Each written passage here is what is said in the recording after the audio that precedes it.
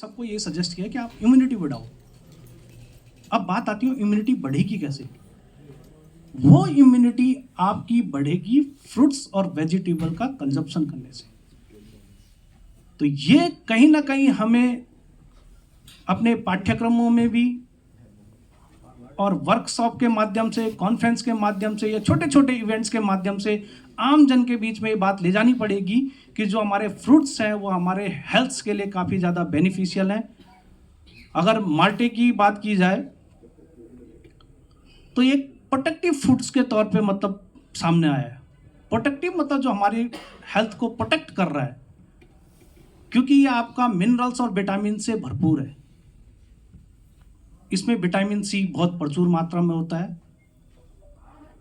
Vitamin C आपकी immunity boost up करने के लिए काफ़ी हेल्पफुल होता है। साथ साथ आपके मिनरल्स भी हैं, आपका कॉपर रिच है, पोटेशियम रिच है, और भी जो अदर मिनरल्स हैं वो ट्रेस अमाउंट में होते हैं। और एक स्टडी है कि जो आप विटामिन सप्लीमेंट्स लेते हैं उसके बजाय आप 1 गिलास माल्टा जूस पी लीजिए तो वो विटामिन सप्लीमेंट्स लेने की आपको ज़रूरत नहीं पड़ेगी। तो कहीं ना कहीं हमें आम जन को जागरूक करना पड़ेगा कि जो हमारे फ्रूट्स हैं वो आपकी हेल्थ पे कैसे बेनिफिट देते हैं, तब जाके थोड़ा सा इसका प्रचलन आएगा।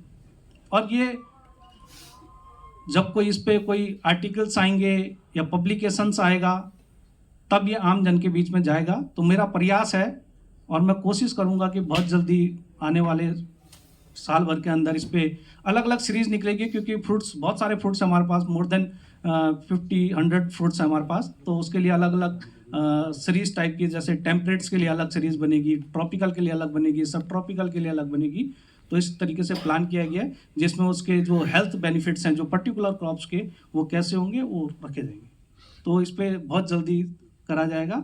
और आप देखिए कि हमारे जो पूर्वजों ने, हम कहीं ना कहीं जो इसको फ्रूट्स को रिलीजियस पॉइंट ऑफ व्यू से भी जोड़ते हैं। वो जोड़ने का पर्पस था, हर चीज करने के लिए कुछ पर्पस था।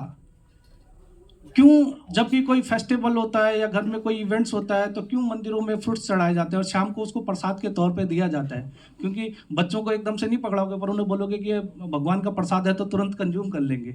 तो उसको कहीं ना कहीं हम लोगों ने उसके अपने ट्रेडिशन से जोड़ा, उसको अपनी संस्कृति से जोड़ा। तो इसी तरीके से मैं बार बार कह रहा हूँ कि जब तक हम माल्टे को या सिट्रस को अपनी आर्ट एंड ट्रेडिशन से नहीं जोड़ेंगे तब तक इसका प्रमोशन थोड़ा सा डिफिकल्ट है, क्योंकि ये हमारे उत्तराखंड का मुख्य फल है और इसका बहुत अच्छा पोटेंशियल है। आपका इवन जो आपका वैल्यू एडिशन में थोड़ा सा इसका जो मार्केटिंग में डिफ़िकल्टीज आती है, किन्नों से लोग कंपेयर करते हैं। किन्नू मार्केट में इसलिए प्रचलन में क्योंकि वो लूज स्किन होता है और उसको एज ए टेबल फ्रूट के तौर पे मतलब देखा जाता है कि आपने छिला, तोड़ा और खा लिया।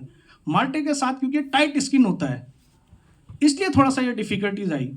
और जो जितनी भी टाइट स्किन वैरायटी है ये अपने जूस के लिए, जो इसके आपके वैल्यू एडेड प्रोडक्ट्स हैं उसके लिए बहुत अच्छा है। और अभी हमने पिछले टाइम ब्लेंडेड फ्रूट जूस पे काम किया जा सकता है, हमने किया भी है कि जनरली वैसे ऑरेंज का जूस सफिशिएंट है बट उसकी ब्लेंडिंग भी की जा सकती है दूसरे फ्रूट जूस के साथ मिला के। तो उससे मिक्स फ्रूट जूस या मिक्स फ्रूट जूस आरटीएस या ब्लेंडेड फ्रूट जूस आरटीएस इस तरीके से हम प्रिपेयर किया जा सकते हैं। और मैं तो कहूँगा कि अगर देहरादून में माल्टे के सीजन में कोई कार्ट लगाए और ये माल्टा ये जो आपका कचमोली कह लीजिए या हमारे पहाड़ों में क्या कहते हैं उसे, खटाई उसका लगा बहुत अच्छा चलेगा। आजकल मसूरी रोड पर अगर कोई लगा दे तो क्यों नहीं लोग इसको कंज्यूम करेंगे? हमें लाना पड़ेगा। और जहाँ कोई भी चीज़ बहुतायत में होती है तो उसको कहीं ना कहीं फेस्ट से हमें कनेक्ट करना पड़ेगा। भाई रोम में एक टोमेटो फेस्ट लगता है, बिल्कुल टमाटर की होली खेली जाती है। आपका दायरा बुग्याल में बटर फेस्टिवल लगता है, वहाँ पे बटर की होली खेली जाती है। ऐसे ही जब हमारे यहाँ ऑरेंज इतना ज़्यादा हो रहा है, माल्टा इतना ज़्यादा हो रहा है, क्यों ना इसे फियर और फेस्ट के तौर पे लाया जाए? तो कहीं ना कहीं इससे उसकी मार्केटिंग पे और उसके प्रमोशन पे निश्चित प्रभाव पड़ेगा। तो ये हमें लाना पड़ेगा।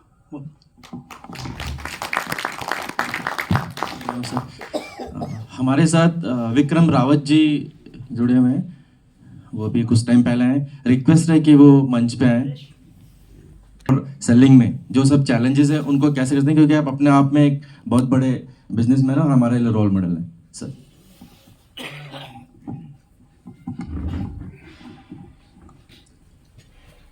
Thank you.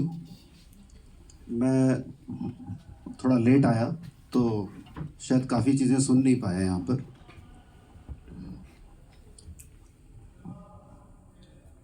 यहाँ काफ़ी जो मुझे दिख रहे हैं आगे आगे बैठे हुए सब यंगस्टर्स हैं, तो मैं थोड़ा सा अपना परिचय आप लोगों को दे दूँ कि मेरा नाम विक्रम रावत है और पौड़ी गढ़वाल का रहने वाला हूँ। 50 के दशक में मेरे पेरेंट्स हिमाचल चले गए थे और हिमाचल में ही मेरा जन्म हुआ, वहीं एजुकेशन हुई और शादी भी वहीं हुई और जॉब भी वहीं की।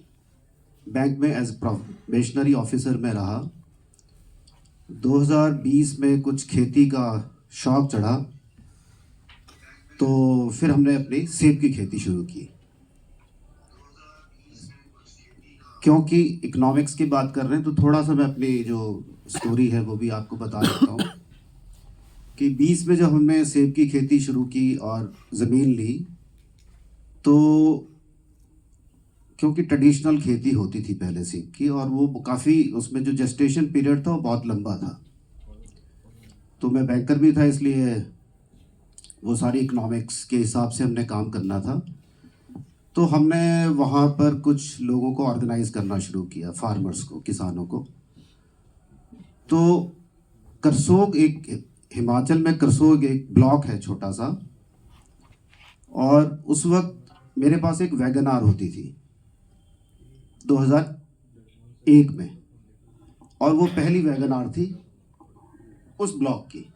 किसी आदमी के पास कोई गाड़ी नहीं थी वहाँ पर, तो एक मतलब गरीब इलाका।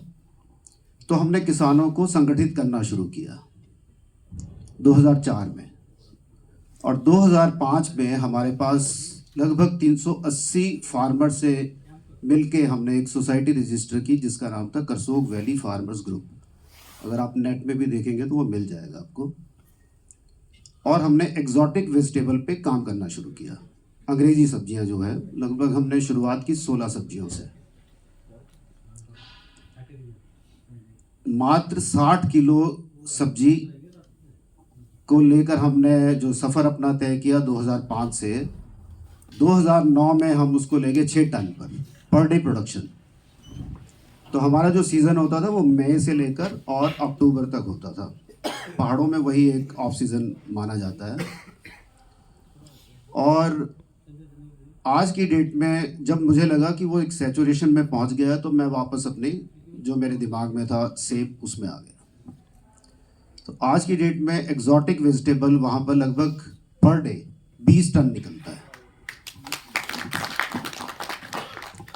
5 से 6 गाड़ियाँ हेलो एग्जॉटिक वेजिटेबल, सिर्फ एग्जॉटिक वेजिटेबल की मैं बात कर रहा हूँ, तो वो वहाँ से निकलती हैं। हाँ उसके बाद धीरे धीरे शुरुआत की, हमने कहा ये सैचुरेशन में आ गया तो अब दूसरी सब्जियों में काम करते हैं जो सब लोग खाते हैं। तो उसमें हमने मटर और बीन्स को फोकस किया। तो आज की डेट में जो हमारा 2 साल पहले का डेटा था, तो टोटल जो करसोग ब्लॉक था, करसोग ब्लॉक की जो टर्नओवर थी वो थी 53 करोड़। तालियां बजा दो एक बार। क्योंकि अभी हम माल्टे की जो बात कर रहे हैं, माल्टे की बात कर रहे हैं कि हमारे 6 डिस्ट्रिक्ट में माल्टा है, और 6 डिस्ट्रिक्ट का अगर माल्टे को अगर 40 रुपए के साथ कन्वर्ट किया जाए तो 17 या 18 करोड़ बन रहा है वो वैल्यू। तो हम सिर्फ एक छोटे से ब्लॉक में, मतलब इतनी, ये सिर्फ वेजिटेबल की बात की मैंने, exotic vegetable, off season vegetable और सेब, 3 चीज़ों की। तो वहाँ अगर बाकी किसानों के और प्रोडक्ट को मिला लिया जाए तो लगभग 70 करोड़ रुपए की आमदनी एक ब्लॉक की है। क्योंकि मैं बैंकर भी था, तो जब हमने ये शुरुआत की थी सब्जियों की, तो उसमें बहुत से ऐसे लोग भी थे जो बैंक में ज़्यादा विश्वास नहीं करते थे। तो 2015 में जब डीमोनेटाइजेशन हुआ, आप अंदाज़ा लगा सकते हैं इस बात से तो मैं उस वक्त बैंक में जॉब करता था, तो मुझे एक फ़ोन आता है कि सर मेरा पैसा नहीं जमा कर रहे बैंक वाले। मैंने कहा कि किसी दूसरी जगह पोस्टिंग जब होगी थी मेरी, तो मुझे फ़ोन आया, तो मैंने कहा क्यों जमा नहीं कर रहे हैं बैंक वाले पैसा। तो मैंने फट से अपने बैंक को फ़ोन मिलाया, मैंने कहा यार वो ऐसे ऐसे आया हो, गरीब आदमी, उसको पैसे जमा करो। कहते सर आपने पूछा कितना पैसा है उसके पास। मैंने कहा तो पूछा नहीं मैंने। कहता वो 74 लाख रुपये लेके आया है, और जो सिर्फ उसने ब्रोकली बेच बेच के कमाया 74 लाख रुपीस, तो उसने शायद अपने ऊपर भी खर्च नहीं किया। तो मतलब ऐसे ऐसे वहाँ फार्मर्स बने, और आज की डेट में उस पूरे इलाके में गाड़ी खड़ी करने की जगह नहीं है। जो शुरुआत जिसकी मैंने बताई थी कि मेरे पास वैगन आर थी, और बड़ी से बड़ी गाड़ियाँ वहाँ पर लोगों के पास हैं, और कुछ लोग ऐसे हैं जो 40 से 50 लाख रुपए की जिनकी आमदनी है। यह है इकोनॉमिक्स की बात कि फार्मर्स कहाँ से कहाँ, हम लोग या हमारे सरकारें बोलती हैं 2 गुना, 4 गुना, 6 गुना, मैं सीधा बोलता हूँ 50 गुना। एक फार्मर की आमदनी अगर 50 गुना बढ़ती है तभी वो सस्टेनेबल बनती है, तभी वो अपने खेतों से जुड़ा रहेगा। तो बहरहाल ये तो मेरी वो स्टोरीज थी जो मैंने आपको बताई। मैं जो करसोग इलाका है वो एक बहुत मतलब रूरल एरिया है। तो आप तो सब लोग जितने भी हैं गढ़वाल से ही हैं, तो आप इमेजिन करके सोचिए कि मैंने ज़मीन ली और मैं एक रूरल एरिया में काम कर रहा हूँ। मेरी अपना परिवार है, मेरी 2 बेटियां हैं, तो मेरी डॉटर्स भी मेरे साथ हैं। आप इमेजिन कीजिए कि आप अपने गांव में हैं, वही फैसिलिटी जो हमारे गांव में है वही फैसिलिटी हिमाचल में भी है। सिर्फ हिमाचल में स्कूल में स्ट्रेंथ ज़्यादा है, टीचर्स ज़्यादा है, एक वो फ़र्क है, फैसिलिटी वही है, बिल्डिंग्स वैसी हैं, अस्पतालों की बिल्डिंग उतनी बड़ी हैं जितनी हमारे हिमाचल में, उतनी बड़ी गढ़वाल में भी है। लेकिन गढ़वाल में क्योंकि पेशेंट्स नहीं है, पेशेंट्स यहाँ आ जाते हैं, इसलिए वहाँ डॉक्टर्स की कमी रहती है। हिमाचल में वो कमी नहीं रहती। तो अब मैं जो आपको बोल रहा हूँ कि आप लोग इमेजिन कीजिए कि आप भी उसी स्टेज में हैं, अपने गांव में चले गए, अब आपके बच्चे हैं। तो मेरे जैसे बच्चे थे तो मैंने तो अपने साथ रखे, गांव में रखे, गांव में पढ़ाया उनको, गांव के बिल्कुल ऐसे स्कूल में कि एक स्कूल तो नया नया खुला था जब मेरी जो बड़ी डॉटर है, स्पेशल चाइल्ड है वो, तो जब उसको स्कूल में एडमिशन करने के लिए गया तो वो नीचे मिट्टी का सारा बैठने का था। तो मैं बहुत देर सोचता रहा कि क्या किया जाए। कहीं जैसे हम लोग यहाँ पर देहरादून आ जाते हैं या शहर की तरफ चले जाते हैं, तो क्या मैं भी ऐसा करूं या बच्चों को साथ रखूं। तो प्रिंसिपल के साथ बात हुई और उसको कहा कि यार मैं आपको बेंच देता हूं, कितने बच्चे हैं आपके सारे। तो लगभग 30-40 बच्चे थे स्कूल में, तो 10-12 बेंच, हमने बेंच टेबल वगैरह सब जो था वो दिया। और इस तरीके से हमने थोड़ा, मेरी एक डॉटर साथ में है यहाँ पर, तो जब हमने एग्जॉटिक वेजिटेबल की ये सारी कर रहे थे तो 2-3 साल में पूरे हिमाचल में उसका एक किस्म से धमाका हो गया। और ऑलमोस्ट सभी न्यूज़पेपर्स, चाहे वो टाइम्स ऑफ इंडिया हो, चाहे वो इंडियन एक्सप्रेस हो, चाहे ट्रिब्यून हो, हिंदी अंग्रेजी दोनों में, और बहुत से जो मैगजीन्स थी, इंडिया टुडे, आउटलुक, सोपान स्टेप आती है एक रूरल डेवलपमेंट के ऊपर, तो इनमें बहुत बड़ी बड़ी स्टोरीज हमारी कवर हुई। तो उन आउटलुक को कवर करने वाली चंद्रसुधा डोगरा थी जो हमारे पास 2007 में आई। थोड़ा आउट ऑफ द वो है, लेकिन मेरे ख्याल से ये ज़रूरी भी है बताना। तो जब वो हमारे पास आई, हमारी स्टोरी कवर की, तो एक रात वो वहाँ रुकी और उसके बाद उन्होंने कहा कि मैं जा रही हूँ विक्रम, लेकिन अगर मैं, क्योंकि मैं आपसे मोटिवेट हुई हूँ, अगर मैं फार्मिंग करती हूँ तो आप हेल्प करोगे। मैंने कहा बहुत टफ है। उनको पूरा समझाया, फिर उनको 2 घंटे समझाया कि ये बहुत इजी नहीं है, क्योंकि मैंने जितना पढ़ा था, पढ़ने के बाद मैं फर्स्ट जनरेशन का फार्मर था, मैंने कभी खेत में हाथ नहीं लगाया था।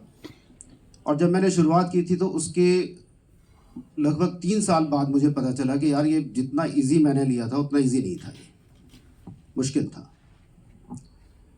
तो लेकिन चंद्रसुधा डोगरा ने भी 2-3 साल के बाद डिसीजन लिया और वो भी फार्मिंग में आ गई। हिमाचल में उन्होंने लैंड ली। तो एक रात वो उन्होंने मुझे कॉल किया कि बच्चे कहाँ हैं, तो मैंने बताया कि बच्चे तो मेरे साथ ही पढ़ रहे हैं। तो लगभग 1 घंटे तक मुझे समझाती रही कि भाई ये ठीक नहीं है, देखो आप आपने अपना फ्यूचर तो बर्बाद कर दिया, मैंने भी कर दिया, लेकिन अपने बच्चों का तो बनाओ, आप बच्चों को अच्छी एजुकेशन दो। लेकिन मैंने भी माना हुआ था कि नहीं बच्चों को अच्छी एजुकेशन तो शायद घर में ही मिलेगी। स्कूल में तो 6 घंटे 7 घंटे के लिए जाते हैं, बाकी तो मैं घर में एजुकेट करता हूँ बच्चों को। तो लगभग वो 2-3 महीने के बाद जब मेरे पास आई और बच्चों के साथ उन्होंने इंटरेक्ट किया और हमारा थोड़ा सा अपना जिस तरीके से हम अपना खेत बाग और सब कुछ चला रहे थे, तो उसको देख के वो बहुत इम्प्रेस हुई। कहते नहीं आप जैसा कर रहे हो ठीक कर रहे हो।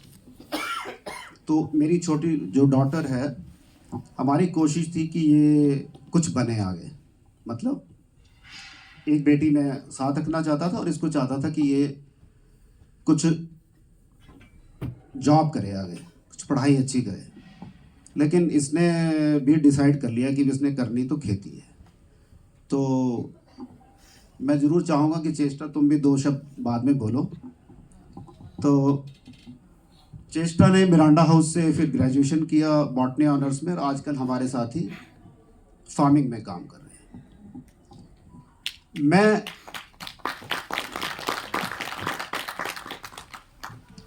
मेरा एक जो ड्रॉबैक है वो हिमाचल में भी बहुत बड़ा रहा कि मैं समय से लगभग 10-15 साल एडवांस चला हूँ हमेशा।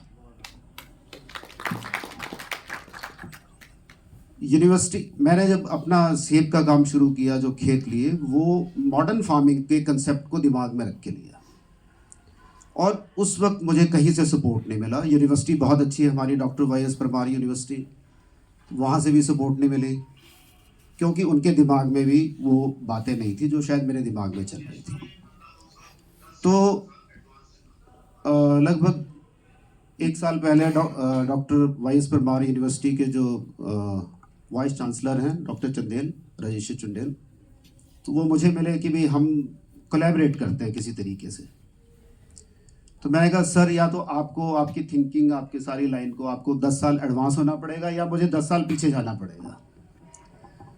तो जो भी डॉक्टर साहब बात कर रहे थे कि हम लोगों को जो माल्टा है, ख़ास तौर पे माल्टे के बारे में, इसके जो गुण हैं उसको पब्लिश करना चाहिए, वो पेपर में आना चाहिए, वो सारी चीज़ों में आना चाहिए। माल्टे को लेकर मैंने भी एक थोड़ी सी अपनी स्टडी की है और उस स्टडी में मैंने पाया है कि जितना भी माल्टा अभी तक गढ़वाल में हमारे एरिया में लगा है, किसी ने भी कमर्शियली लगाया ही नहीं हो। तो जब आप कमर्शियल प्रोडक्शन में नहीं जाएंगे तो आप क्वालिटी नहीं बना सकते।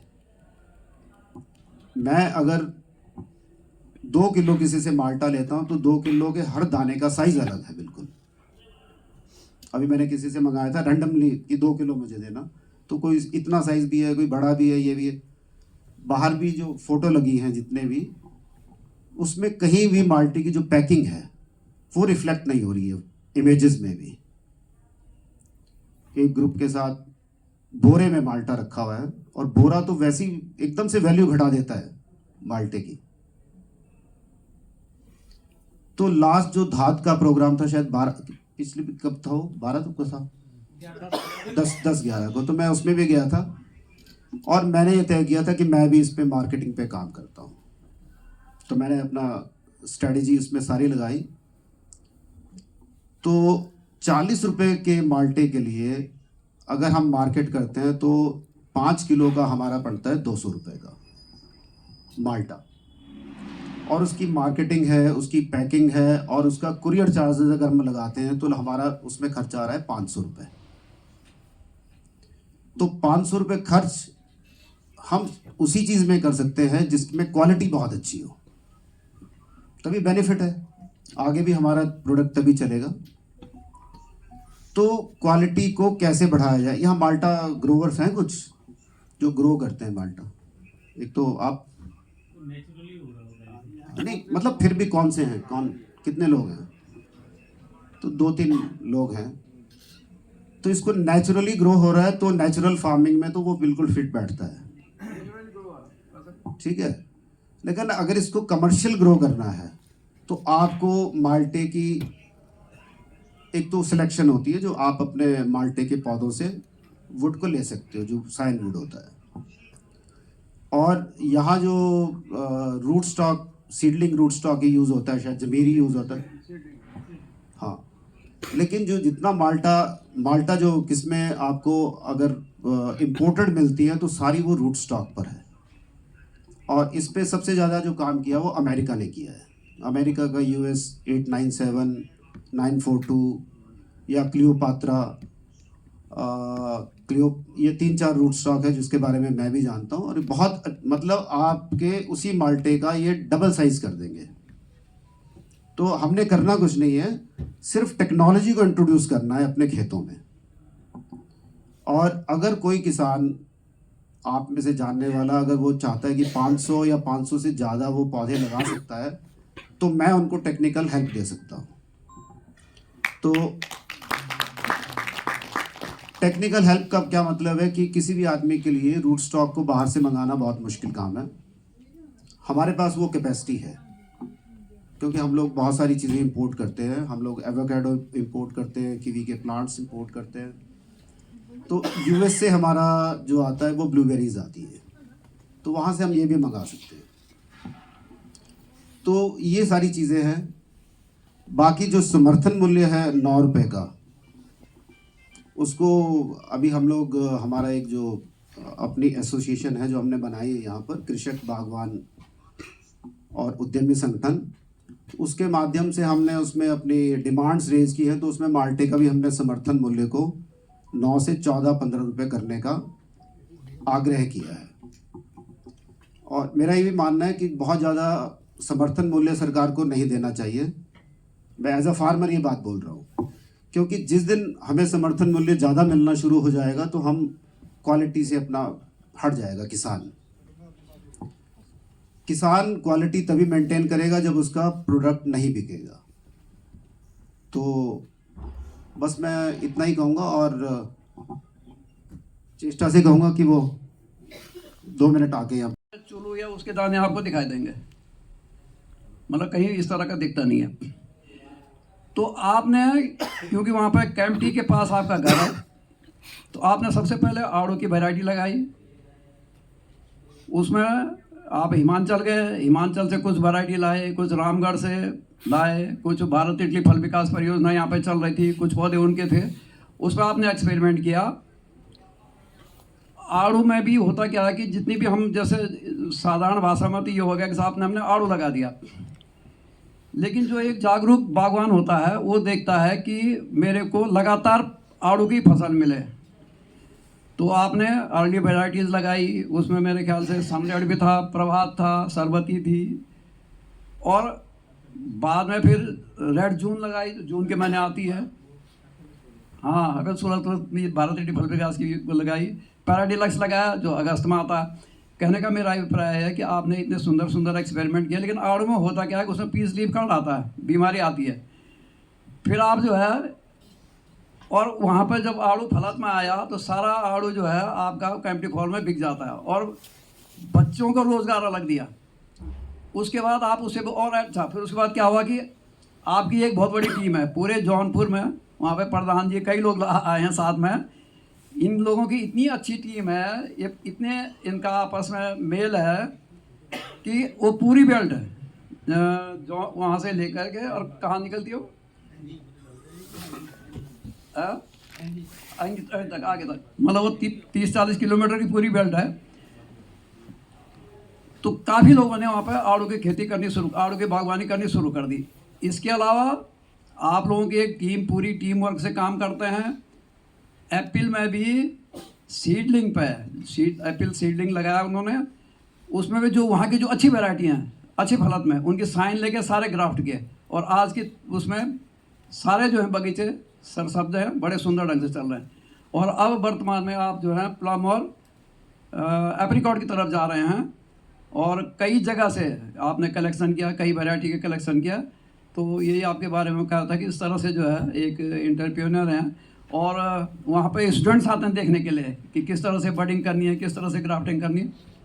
धन्यवाद। धन्यवाद सर। कुंदन सिंह सर जी, आपने जैसे बोला कि आपके खेतों में आके इस साल ऑलरेडी ऐसे कुछ इवेंट्स किए हैं, और ज़रूर इसको आगे बढ़ा के हम आपके जो अभी तक अपने बारे में तो बताएंगे, जो एक परिचय नहीं है बट सबको पता लगे कि कितनी नॉलेज है। इसके साथ साथ एक छोटा सा ये प्रश्न होगा कि कैसे हम यूनिवर्सिटीज़ की नॉलेज को ग्राउंड लेवल में कन्वर्ट करा सकते हैं, जिससे कि जो लोग काम कर रहे हैं उनको बेनिफिट मिले। डॉक्टर साहब। बहुत बहुत धन्यवाद।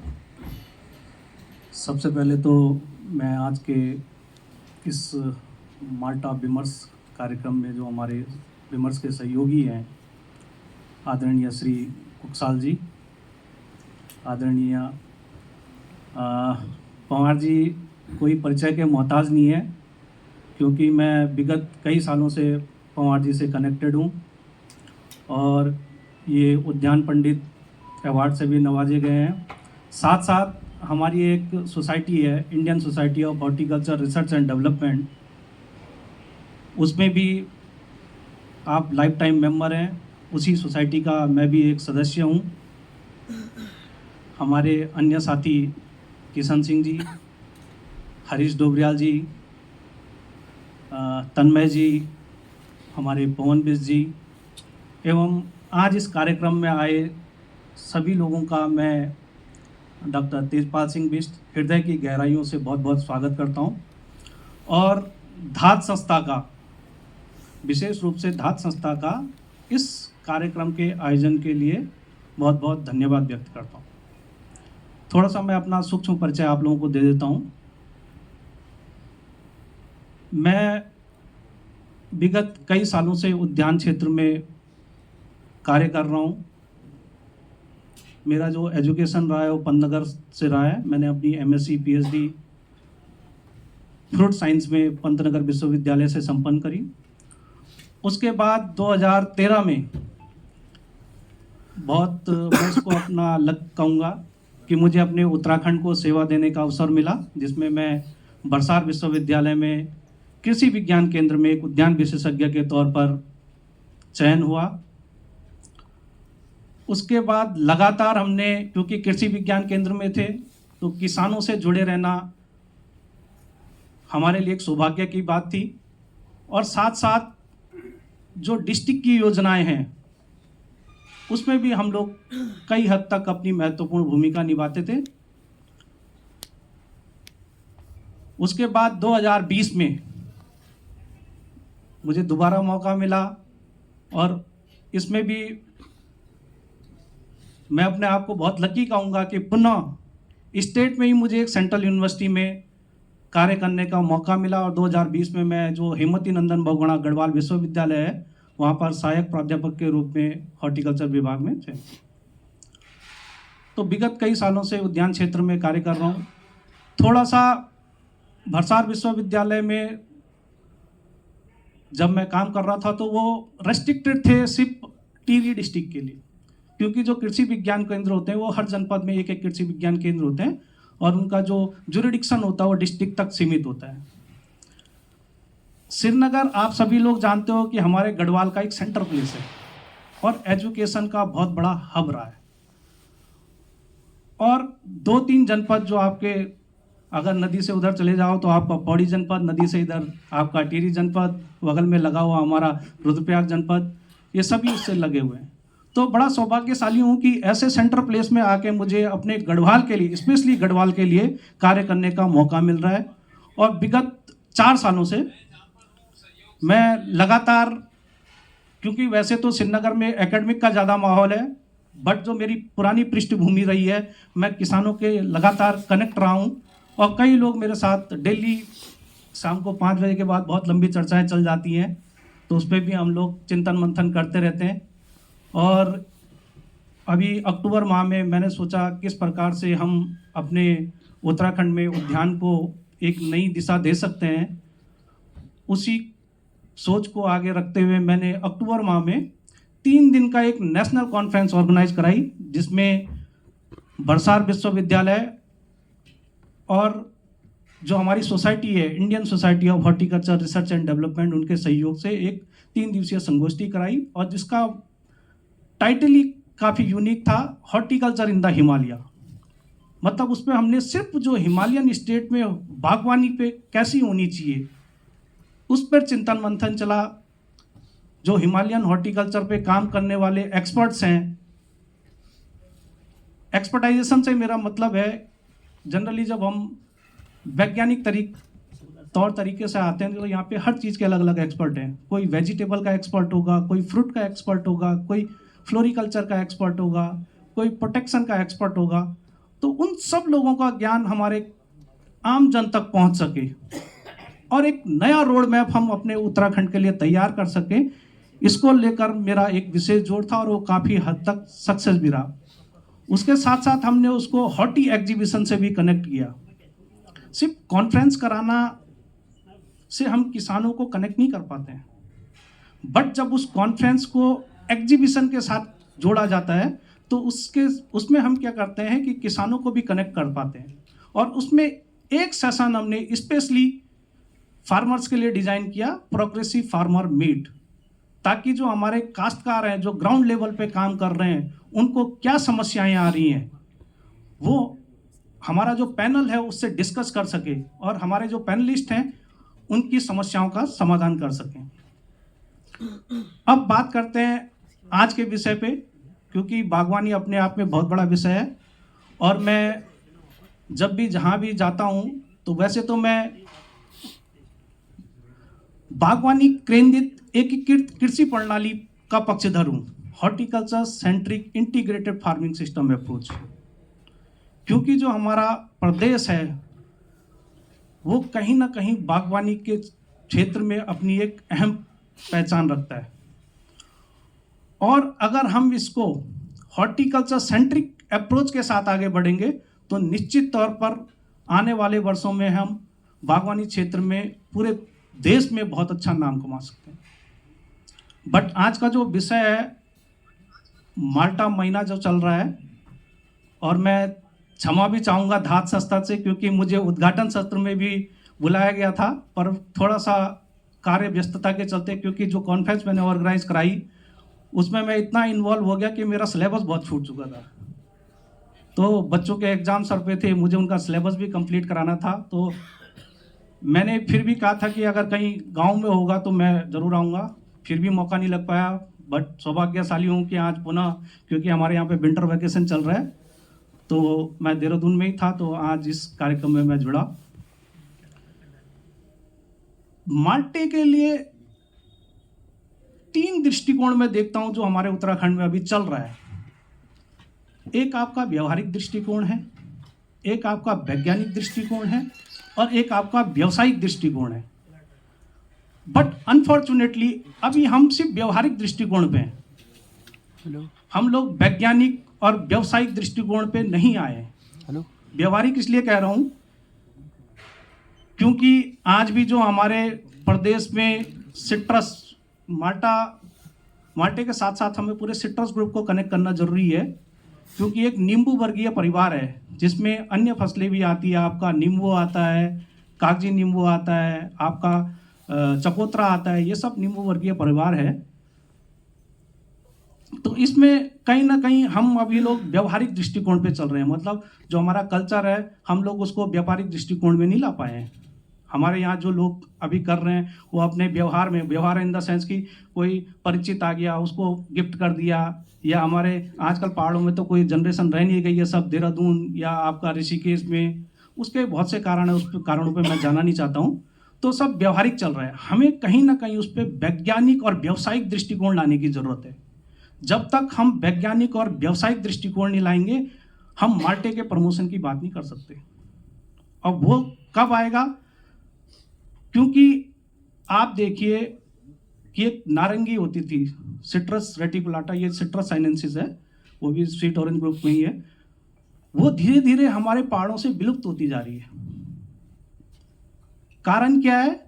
क्योंकि हमने उसको नज़रअंदाज कर दिया है, बिल्कुल भी ध्यान नहीं दिया जा रहा है। और भी बहुत से कारण हैं, कहीं ना कहीं उसमें आपका वेदर का इम्पोर्टेंट रोल है, डिजीजेस का इम्पोर्टेंट रोल है, या हमारी जो नेग्लिजेंस है उसका भी इम्पोर्टेंट रोल है।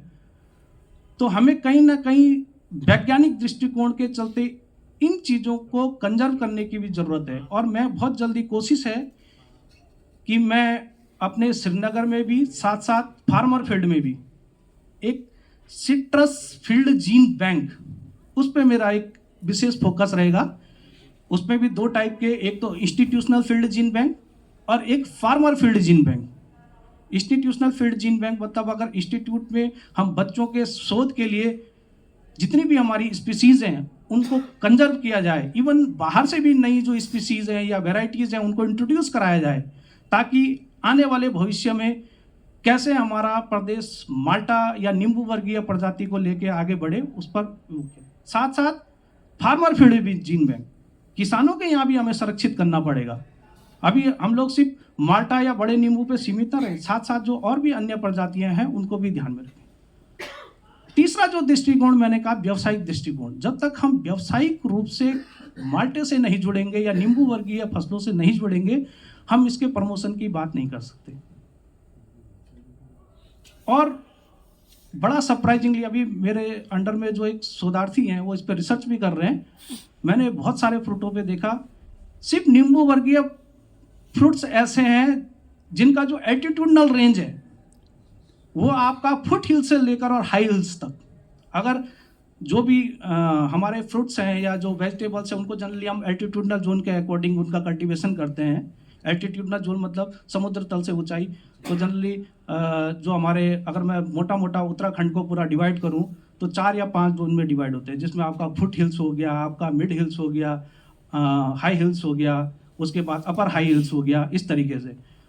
तो जो ये नींबू वर्गीय फसलें हैं जो हमारी, वो आपका फुट हिल्स से लेकर और हाई हिल्स तक हर जगह अवेलेबल है। जबकि एप्पल का जोन रेस्ट्रिक्टेड है, आपका कीवी के लिए भी रेस्ट्रिक्टेड है, इवन आपका जो स्टोन फ्रूट्स के लिए भी रेस्ट्रिक्टेड है। बट जो हमारी सिट्रस क्रॉप्स है उसका जो एल्टीट्यूडनल जोन है वो पूरा है। और थोड़ा सा रिसर्च चल रहा है कि जो डिफरेंट एल्टीट्यूडनल जोन में इनके जो फिजिको केमिकल कैरेक्टर्स पे क्या इफेक्ट आता है, कि जो हमारा जो हाई हिल्स का जो आपका माल्टा निकल के आएगा उसके फिजिको केमिकल कैरेक्टर्स कैसे हैं, जो मिड हिल्स का है उसके फिजिको केमिकल कैरेक्टर कैसे हैं, जो लो हिल्स का है। तो जब ये शोध पूरा होगा तो मैं आपको बता सकता हूँ कि इस पर्टिकुलर एरिया का अगर आप माल्टा लेते हैं तो उसकी न्यूट्रिटिव वैल्यू ये होगी। तो जब ये इंफॉर्मेशन आगे पास होगी उससे निश्चित तौर पर, क्योंकि जो हमारा माल्टा है वो आपका विटामिन का एक भंडार है,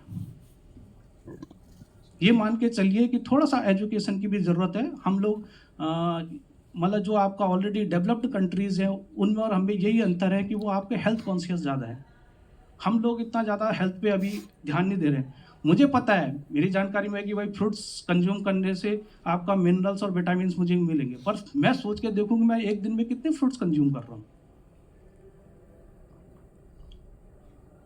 जो हमारा डाइट प्लान है उसमें कितने फ्रूट्स को मैं ले रहा हूँ। तो इन चीज़ों पे भी विशेष फोकस करना पड़ेगा, तब जाके हम। और दूसरे में जो हमारा जो ये सिट्रस ग्रुप है, इसको हमें कहीं ना कहीं अपने ट्रेडिशन से जोड़ना पड़ेगा।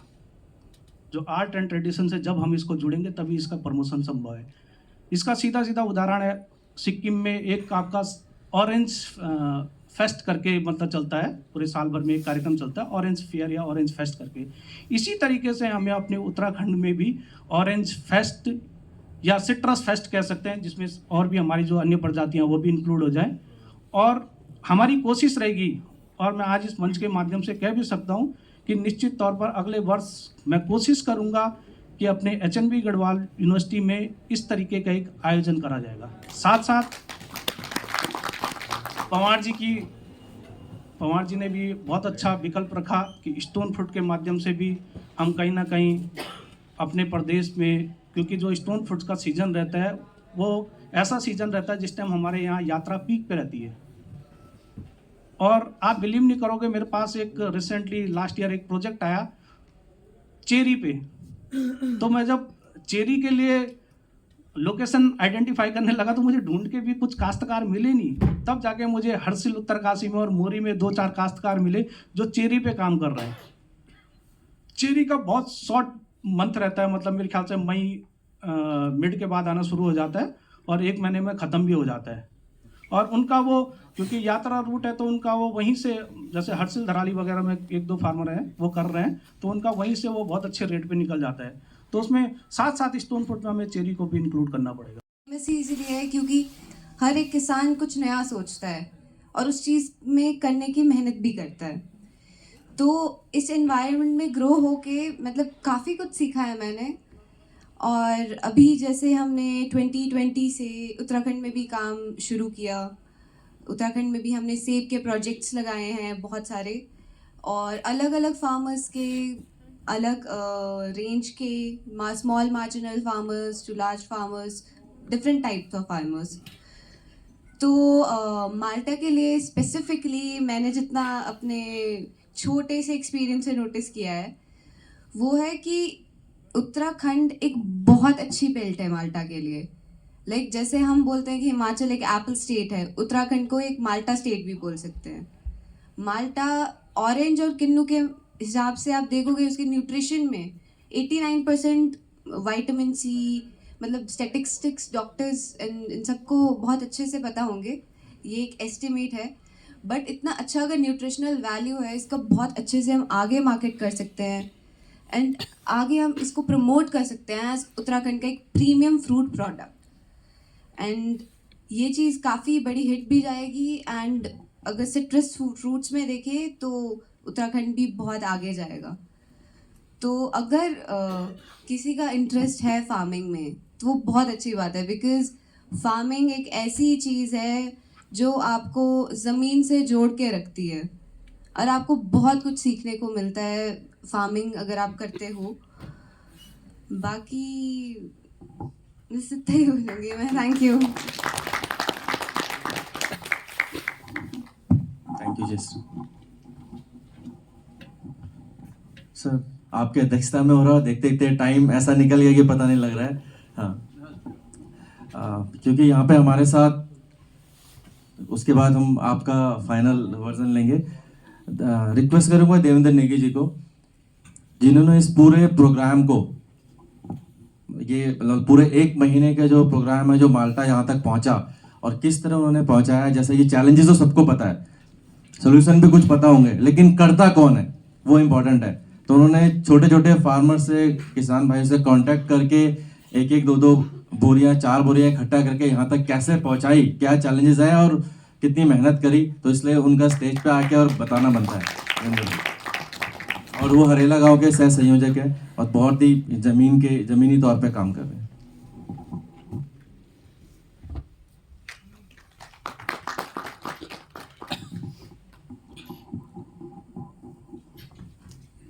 आज के मकरणी कार्यक्रम में उपस्थित सभी को मेरे प्रणाम।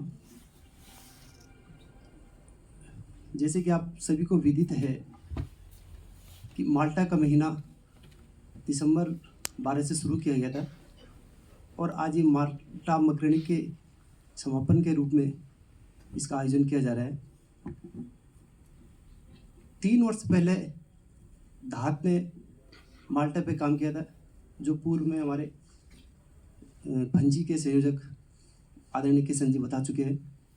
तो फर्स्ट साल क्या रहा, सेकेंड साल क्या रहा, और इस साल उन्होंने भी आंकड़े दिए कि लगभग 30 कुंटल के आसपास हम माल्टा दे चुके हैं। तो इन 3 सालों में जो हमने निष्कर्ष पे जिस पहुँचे हैं, जो निकल के आया है, वो यह चीज़ निकल के सामने आई है कि बहुत बार सुनने को मिलता था कि पहाड़ में कुछ नहीं है और पहाड़ में कुछ नहीं हो सकता है। तो उसका जवाब इन 3 सालों में यह मिला कि पहाड़ में बहुत कुछ है और पहाड़ में बहुत कुछ किया जा सकता है, जिसको हम सब ने देखा है। जब हम इन 3 सालों में हमने काम किया तो एक सतपुली के ही नज़दीक केवल 3 ब्लॉकों पे हमने काम किया, एकेश्वर, कलजीखाल, जयरीखाल और द्वारीखाल। तो इन 3 ब्लॉकों में ही मैं इस मंच के माध्यम से आपको विश्वास दिलाना चाहता हूँ कि इन 3-4 ब्लॉकों में ही हम कम से कम 50-60 टन माल्टा उपलब्ध कर सकते हैं, और उपलब्ध है अभी भी। लेकिन उसके लिए आवश्यकता है एक अच्छे मार्केट। तो ओवरऑल वैसे यहाँ पे भी सभी ने सब कुछ बता दिया है, तो समय भी बहुत सीमित है, इसलिए मैं संक्षिप्त में अपनी बातें रखूँगा। इन 3 सालों की यात्रा से यह निष्कर्ष निकला कि पहाड़ में बहुत कुछ है और उसका मार्केट भी है यहाँ पे। क्योंकि यहाँ पे जब ये कार्यक्रम चले तो हमने देखा कि 30 मिनट में 2 कुंटल माल्टा निकल गया। अब आवश्यकता है उसके बीच की कड़ी को जोड़ने का। जो पहाड़ का उत्पादन है उसको किस तरह से बाजार दिया जाए और किस तरह से मार्केट में पहुंचाया जाए। मैं लास्ट में एक सूक्ति के साथ अपनी बात को विराम दूंगा। इंटर में एक सूक्ति पढ़ी थी हमने हिंदी में, हमारे हिंदुस्तान के लोग ट्रेन के डिब्बे के समान हैं। माने ट्रेन में बहुत अच्छे अच्छे डिब्बे रहते हैं, लेकिन जब तक उस पर एक अच्छा सा इंजन नहीं जुड़ता तो वो डिब्बे स्थिर रहते हैं अपने पास। वो गतिमान तभी होंगे जब उस पर एक अच्छा सा इंजन जोड़ा जाए। तो सर धात ये इंजन जुड़ा है, लेकिन धात एक सीमित साधन, धात भी अपनी एक सीमा है धात की भी। एक बड़ा इंजन जोड़ने के लिए जो हमारे शासन प्रशासन या सरकार, और यदि वो भी नहीं जुड़ता तो सबसे बड़ा इंजन जो है वो है जनता। तो यदि ये जनता इंजन इसमें जोड़ देती है तो मैं समझता हूँ ये हम सब बहुत जल्दी मंजिल तक पहुँचेंगे और पहाड़ में एक खुशहाली सुख समृद्धि आएगी। तो इन्हीं के साथ मैं अपनी बात को विराम देता हूँ। धन्यवाद। धन्यवाद देवेंद्र भाई। इंजन भी बन रहा है और जल्दी बनेगा जब इतने सारे लोग जुड़ते चले आ रहे हैं, तो इंजन बनाने की तैयारी है। पवन बीच से रिक्वेस्ट करेंगे। अभी रोपण किया है, लेकिन एक अभिनव